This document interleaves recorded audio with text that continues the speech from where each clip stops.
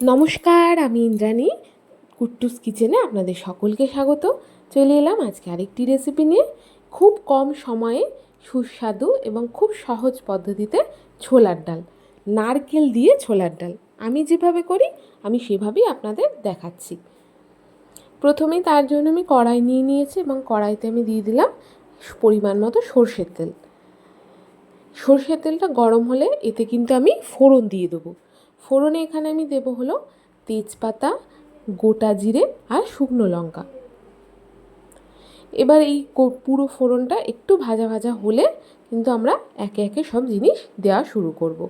এই ডালটা খেতেও যেমন সুস্বাদু হয় আর খুব চটজলদি হয়। ভাজা হয়ে গেছে, এবার এতে আমি দিয়ে দেবো কুচানো নারকেল। একটু বেশি করেই দিয়েছি। ছোলার ডালে একটু বেশি নারকেল দিয়ে খুব ভালো লাগে খেতে। নারকেল ছাড়া ছোলার ডাল কিন্তু একদম ভাবা যায় না, তাই না? এই নারকেলগুলোর মধ্যে একটু দিয়ে দিলাম অল্প করে একটু লবণ আর একটু হলুদ। এবার কিন্তু নারকেল ভালো মতো মিশিয়ে নিয়ে নারকেলগুলোকে খুব ভালো করে লালচে করে ভাজতে হবে। দেখুন মিশিয়ে দিয়েছি। এরপরে কিন্তু এক এক করে আমরা অন্য মশলাগুলো দেব। এটা ততক্ষণ একটু ভাজা হোক। কথা বলতে বলতে দেখুন আমার নারকেলটা খুব সুন্দর করে লালচে করে ভাজা হয়ে গেছে। এবার এর মধ্যে দিয়ে দেবো আদা। আমি আদাটা এখানে গ্রেট করে নিয়েছি, আপনারা চাইলে আদা বাটাও দিতে পারেন। এই আদাটাকেও কিন্তু বেশ ভালো মতো এর সঙ্গে মিশিয়ে মিনিট 5 এটাকেও কিন্তু একটু ভেজে নেব।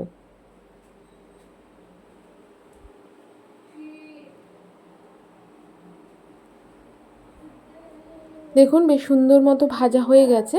এবার এতে দিয়ে দিচ্ছি একটুখানি জল। জল দেওয়ার কারণটা আমি একটু পরে বলছি। এবার এর মধ্যে মশলাগুলো দিয়ে দেবো।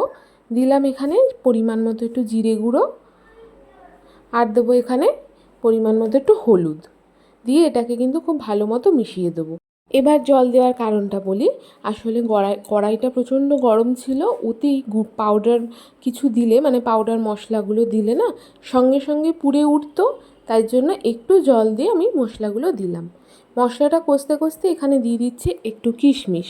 এখানে কাজু বাদামও দেওয়া যায়, কিন্তু আমি আর দিইনি, কিন্তু কিশমিশটা দেবেন, ভীষণ ভালো লাগে খেতে। ব্যাস এবার কিশমিশ দিয়ে ভালো মতো মিশিয়ে দিয়ে আমি ওটাকে কষতে দিয়ে দিলাম। আর এদিকে দেখুন আমার ডালটাও কিন্তু সিদ্ধ হয়ে গেছিলো। ডালটার মধ্যে আমি কিচ্ছু দিইনি, স্রেফ ডাল আর কয়েকটা কাঁচা লঙ্কা কিন্তু এর মধ্যে আমি একসাথেই সিদ্ধ করে নিয়েছি। মশলাটা কিন্তু আমার একদম কষে গেছে, দেখুন একদম কষে এসছে। এবার কিন্তু আমি এর মধ্যে দিয়ে দেবো ছোলার ডালটা, ঢেলে দেবো।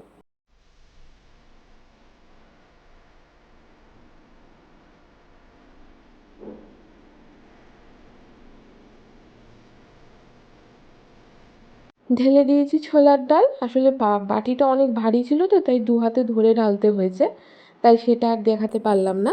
ছোলার ডালটা ঢেলে এটাকে ভালোভাবে সব মিক্স করে দিলাম। এবার এর মধ্যে দিয়ে দেবো পরিমাণ মতো আর একটুখানি হলুদ আর একটুখানি পরিমাণ মতো লবণ। কেন ডালে আগেই বলেছি কিচ্ছু দিইনি, তাই এখন সব কিছু দিলাম। দিয়ে এগুলোকে কিন্তু খুব ভালোভাবে মিক্স করে দেবো। মিক্স করে আর কিচ্ছু না, এবার এটাকে সুন্দরভাবে ফুটতে দিতে হবে।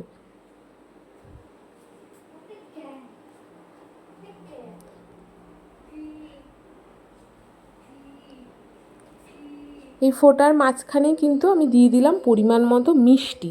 ছোলার ডাল একটু মিষ্টি মিষ্টি না হলে চলে বলুন তো? মিষ্টিটাতেই আমি দিয়েছি, খুব বেশি না কিন্তু আবার খুব কমও না।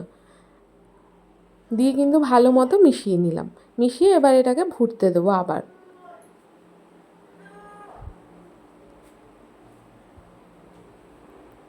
দেখুন ফুটে খুব সুন্দর গাঢ় হয়ে গেছে।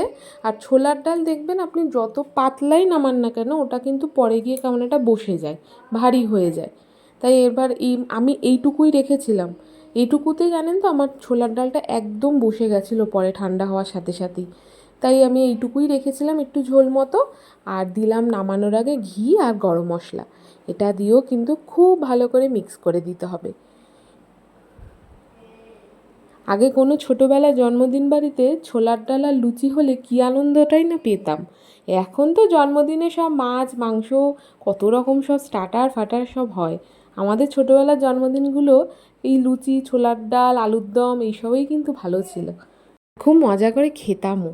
যাই হোক, আমি কিন্তু ছোলার ডালটা আজকে লুচির সঙ্গে সার্ভ করেছিলাম।